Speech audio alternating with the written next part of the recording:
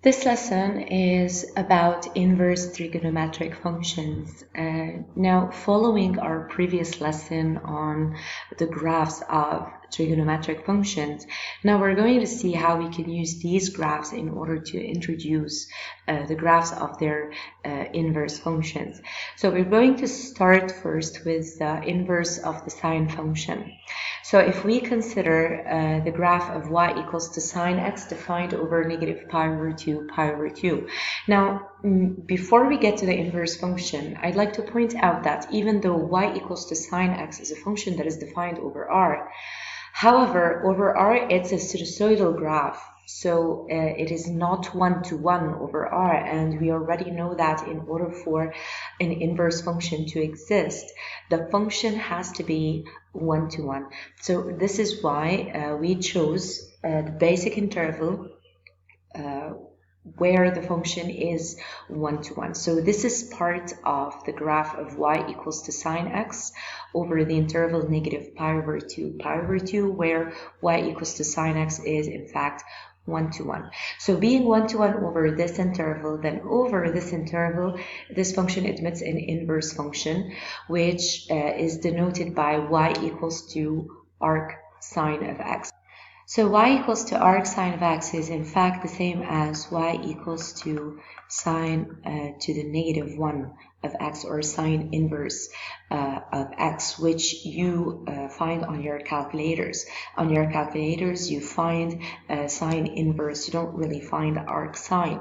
You don't really find this notation. However, these two are equivalent. Just in order to really highlight the difference between y equals to sine x and y equals to arc sine of x. For y equals to sine x, x is the angle and y is the value of sine. However, in y equals to arc sine of x, x is the value of sine that gives back y, which is the angle that gives that value of x through sine. For example, if we know that sine of pi over 6 is equals to half, then in that case, arc sine of half gives back pi over 6. Okay, so over here, as you can see, you can find the domain and the range of each of the two functions. We already know that the domain of the function is the range of its inverse, and the range of a function is the domain of its inverse. So y equals to sine x over negative pi over 2 pi over 2. The domain is negative pi over 2 pi over 2, and the range is negative 1. 1. So y equals to arc sine of x has in fact as a domain the range of sine, which is negative 1, 1, and the range of the inverse function y equals to arc sine of x is in fact the domain of the function, which in this case is considered to be negative pi over 2 pi over 2. So whenever you give arc sine a value between negative 1 and 1, it gives you back an angle between negative pi over 2 and pi over 2, and that angle would actually be the angle whose sine is the given number that you gave between negative 1 and 1. Now, similarly for the inverse cosine function, however, over here we consider the cosine function between 0 and pi, because between 0 and pi, y equals to cosine x is in fact 1-to-1 with a range of negative 1, 1. So its inverse function exists being 1-to-1 over this interval, which is denoted by y equals to arc cosine of x. And arc cosine of x has a domain as the range of cosine, which is negative 1, 1, and as a range 0 pi, since it's the domain of y equals to cosine of x. So you'd notice that the graph of y equals to arc cosine is in fact the graph equals to y equals to cosine x reflected with respect to the first bisector y equals to x. Now, similarly for the inverse tan function, now defining y equals to tan x between negative pi over 2, pi over 2, of course excluding the bounds, since at negative pi over 2 and pi over 2, tan is not defined. Over this interval, you can actually see that the function is 1-to-1, so its inverse function exists, and it has a range of all r. So the domain of the inverse function y equals to arctan would in fact be all r, which is the range of y equals to tan, and the range of arctan of x is the domain of y equals to tan x, which is negative pi over 2, pi over 2. And you can actually see here that y equals to tan x admits vertical asymptotes at x equals to negative pi over 2 and x equals to pi over 2. Following the reflection with respect to y equals to x, these vertical asymptotes became horizontal asymptotes of equations y equals to pi over 2 and y equals to negative pi over 2. And of course, you know that whenever you reflect with respect to y equals to x, a point of coordinates xy on the original function reflects to the point of coordinates yx on the inverse function. So this is in fact a reflection with respect to y equals to x. However, regarding the inverse cotangent function, y equals to cotan of x. Now, cotan of x is 1-to-1 between 0 and pi, where x equals to 0 and x equals to pi are vertical asymptotes, and the function y equals to cotan x is decreasing over that interval and 1-to-1. So its inverse function y equals to arccotan of x is defined, and it's actually drawn by reflecting the curve with respect to y equals to x. So the vertical asymptotes became horizontal asymptotes, and of course, by reflection with respect to y equals to x, any point of coordinates xy becomes or reflects, in fact, to the point of coordinates yx on the inverse function. So the cotan function has a domain here between 0 and pi and a range of all r. As you can see, y can take any real number. So y equals to arccotan of x has in fact a domain to be all r, the same as the range of cotan of x, and a range between 0 and pi, which is the same as the domain of y equals to cotan of x. So these are the curves corresponding to the four inverse functions: arcsine of x, arccosine, arctan, and arccotan. So these are the curves.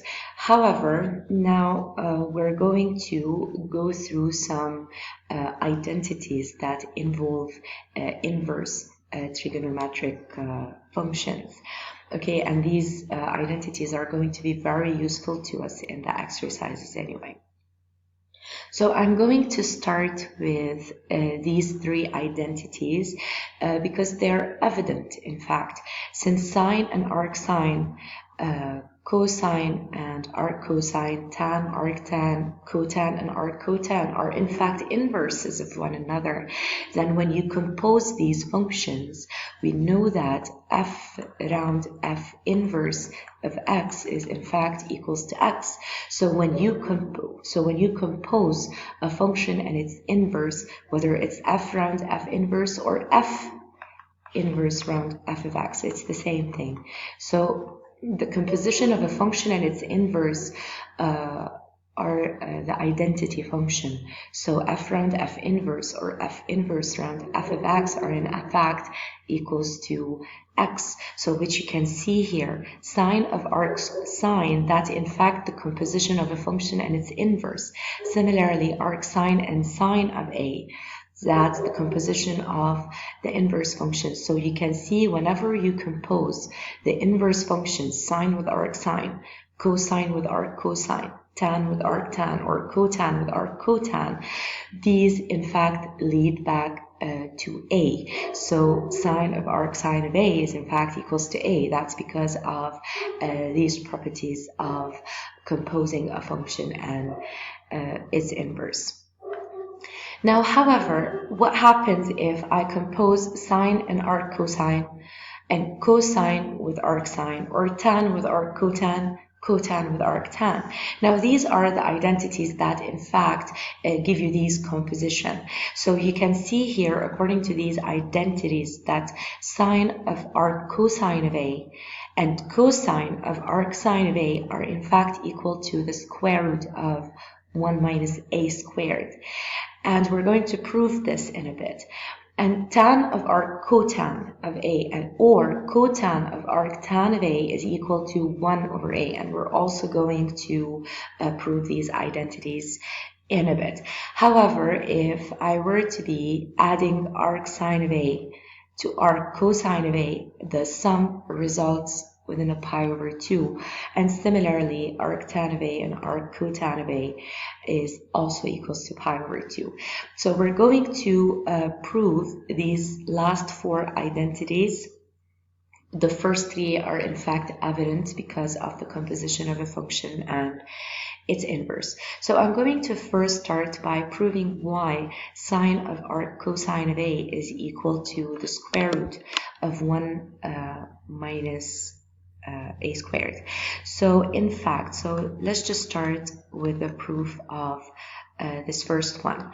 Why is it that sine of arc cosine of A equal to the square root of 1 minus A squared? So I'm going to first start by considering alpha to be arc sine of A. I'm sorry, arc cosine of A. I have arc cosine of A here.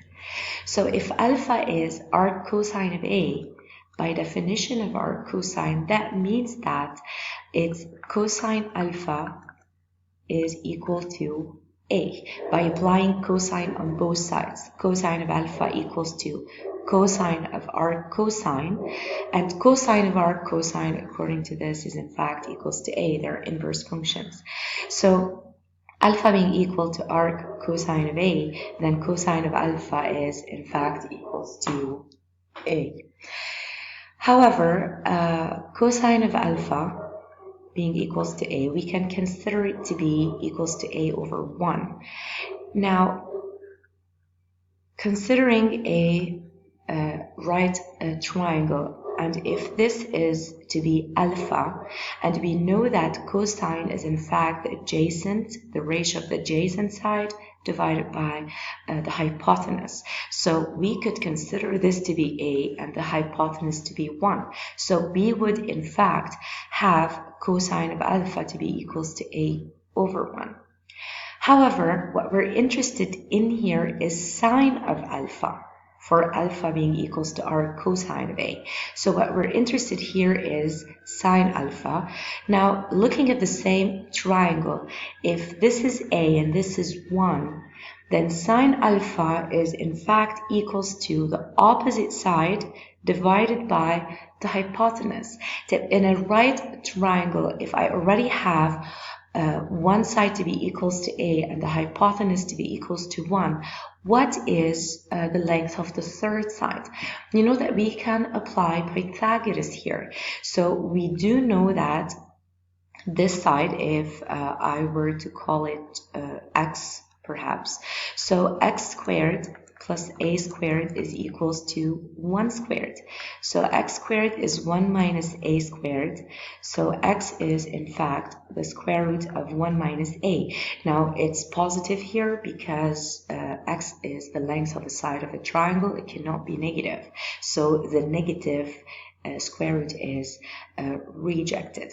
So over here, x is in fact the square root of 1 minus a squared. So referring back to the same triangle, sine alpha would in fact be the opposite side, which is the square root of 1 minus a squared, divided by the length of the hypotenuse, which is 1. So bringing back alpha as arc cosine of A. So sine of arc cosine of A would in fact be square root of 1 minus a squared. And the other one, cosine of arcsine of a, is proved exactly the same way. It's proved exactly the same way to be equal to square root of 1 minus a squared. Remember that these identities, you can apply them immediately unless you are asked to prove them. But if you're not asked to prove them, you can use these identities immediately. So now this identity is in fact proved. I told you the other part is proved the same way as we did for the first one. Now we're going to prove why is it that tan of arctan of a is equal to cotan of arctan of a to be equal to 1 over a. Of course, similarly to what we did to this identity, we're going to prove one of them. The other one is proved exactly the same way. So now the second part of this proof, we're going to prove that tan of arccotan of a is equals to 1 over a. So I start exactly the same way by considering alpha to be arccotan of a. So if alpha is arccotan of a, that means that cotan of alpha is equals to a. Now referring back to the right triangle, now over here, cotan of alpha being equals to a, then we can see this as a over 1. So considering this angle to be alpha, and we know that cotan is adjacent over opposite side. So that is a, and that is 1. So if the adjacent side of a is a and the opposite side is 1, then in fact tan alpha is being defined as opposite over adjacent would in fact be 1 over a, and alpha being arccotan of a, so tan of arccotan of a is in fact equals to 1 over a, and cotan of arctan of a is proved exactly the same way to be equals to 1 over a as well. Now we're going to prove that the sum of arcsine of a and arccosine of a is in fact equals to pi over 2. So arccosine of a plus arcsine of a is equals to pi over 2. Now, in order to prove that the sum of these two angles is in fact equals to pi over 2, we have more than one way to actually tackle this proof. Now, however, over here, we can refer back to a right triangle the same way we've been doing here, and or we could in fact prove that cosine of this sum is equals to 0, because a cosine of an angle is equals to 0 when that angle is in fact pi over 2. Like usually it's pi over 2 plus or minus multiples of pi. However, over here by definition of the domain of cosine, of arccosine and arcsine, you'd in fact find that we're working in a range between 0 and pi for arccosine, and in a range of negative pi over 2 and pi over 2 for arcsine. So, however, the range of angles here would in fact, the intersection of the range of angles would in fact be 0 pi over 2, which is the first quadrant. So if I have a sum of two angles that have a cosine equals to 0, then that sum of angles is in fact equals to pi over 2. So over here, what I will be doing is proving that cosine of this sum is in fact equals to 0. So I start by letting alpha to be arccosine of a and beta to be arcsine of a. So over here, the left-hand side is in fact nothing but cosine of alpha plus beta. And according to the compound angle identity, that's cosine alpha, cosine beta, minus sine alpha, sine beta. Now replacing back alpha and beta by their values in terms of our cosine and arcsine. So over here we do have cosine of arccosine of A times cosine of arcsine of A minus sine of arccosine of A times sine of arcsine of A. So, however, over here, replacing using the previous identities, so cosine of arccosine is in fact A. Cosine of arcsine of A is the square root of 1 minus A squared, according to the identity we just proved, minus sine of arccosine of A, so that's also square root of 1 minus A squared, and sine of arcsine of A is in fact equals to A. So you notice we're subtracting exactly the same quantity here, so this is in fact equals to 0. So cosine of alpha plus beta is 0, then alpha plus beta is in fact equals to pi over 2 according to the domain of this equation. As we've already discussed, the domain of this equation is in fact the first quadrant. So having a cosine equals to 0, in that case the sum of alpha and beta is pi over 2. However, we could have, for example, from here, I'm just going to change color in order to differentiate them. If alpha is arccosine of A, then cosine of alpha is A. And if beta is arcsine of A, then sine of beta is A. Referring to the same trigonometric, or in fact a right triangle, if I were to take this side as A and the hypotenuse as 1, then cosine alpha being A, then alpha is here since adjacent over hypotenuse is cosine, which is A over 1. And at the same time, sine of beta being equals to A and sine is opposite over adjacent, then this is the angle beta. So you can see in this right triangle that alpha plus beta add up to pi over 2. Since we already have this angle to be pi over 2, then the sum of the remaining angles is pi over 2. So that is another way to actually prove this identity. Now, the last identity we still need to prove is, in fact, this one, that the sum of arctan of A and arccotan of A is in fact equals to pi over 2. So over here we need to prove that arctan of A plus arccotan of A is pi over 2.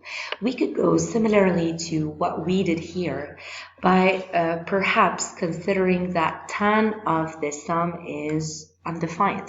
We know that at pi over 2, tan is undefined. So if I get to prove that tan of arctan of A plus arccotan of A is in fact undefined, in that case, the sum of these two angles would in fact be pi over 2. You could also use cotan here. If you used cotan, then cotan of the sum would in fact be equals to 0. So it's really up to you. So over here, by setting again alpha to be arctan of A and beta to be arccotan of A, then using tan of alpha plus beta, then according to the compound angle identity, it's tan alpha plus tan beta over 1 minus tan alpha tan beta. So now replacing back, so alpha being arctan of A and beta being arccotan of A, divided by 1 minus their product. So over here, that's arccotan. So now using the previous identities, tan and arctan being inverses of one another, then in that case, that would be an A. Tan of arccotan that's in fact 1 over a, divided by 1 minus a times 1 over a, which leaves me with 1 minus 1 at the denominator. So it's 1 plus 1 over a over 0. So that is undefined. So being undefined, tan of this term being undefined, then alpha plus beta is in fact equals to pi over 2. So which leads me to the identity I was aiming to prove. So keep in mind that these identities you can use immediately. You only prove them if you were asked to prove them in the question. However, if you needed to use them, you could use them immediately.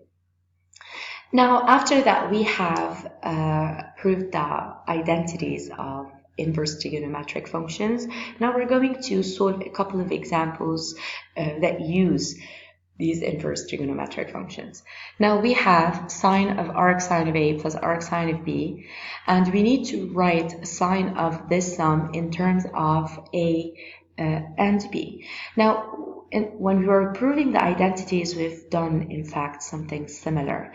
So here I need sine of a sum. So to make the syntax a little bit, or the statement a little bit easier to deal with, I'm going to start by letting alpha be equals to arcsine of A and beta to be equals to arccosine of B. Now A and B here are different, unlike the identities we were working with.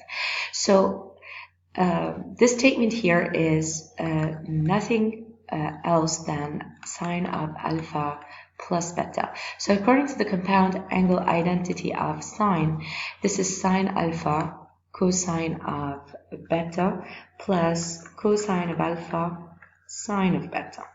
Now replacing back alpha and beta, so sine of arcsine of A times cosine of beta, which is arccosine of B, plus cosine of arcsine of A sine of arccosine of B. Now over here, sine of arcsine of A, that's in fact A. Cosine of arccosine of B, that's in fact B, since sine and arcsine are inverses of one another, and cosine of arccosine are inverses of one another. Similarly, now here, using the other identities, cosine of arcsine of A, that's in fact the square root of 1 minus a squared, and sine of arccosine of B, that's the square root of 1 minus b squared. So in fact, this is sine of alpha plus beta. The statement they're asking us to write in terms of A and B would actually could be written as follows. So combining the square roots under 1. So this is sine of alpha plus beta in terms of A and B only.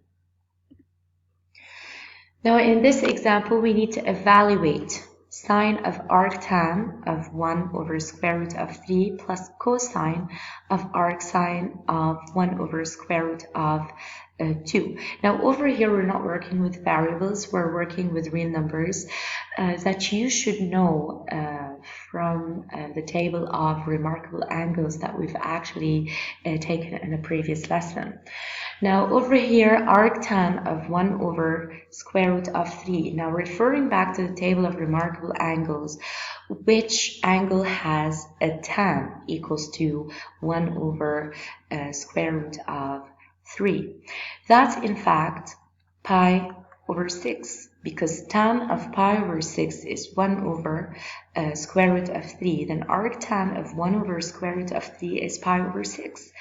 Similarly, which angle in our table of remarkable angles has a sine equals to 1 over square root of 2? That's in fact pi over 4, because sine of pi over 4 is equals to 1 over square root of 2. So this statement would in fact be sine of pi over 6 plus cosine of pi over 4. Sine of pi over 6, according to the table of remarkable angles, is half, and cosine of pi over 4 is 1 over square root of 2, which rationalized is square root 2 over 2. So we can write this as 1 plus square root of 2 over 2. So that is it regarding our lesson on inverse trigonometric functions. So it's good to revisit the older lessons on trigonometry and all the related lessons in order to make sense of them before you actually tackle the inverse trigonometric functions.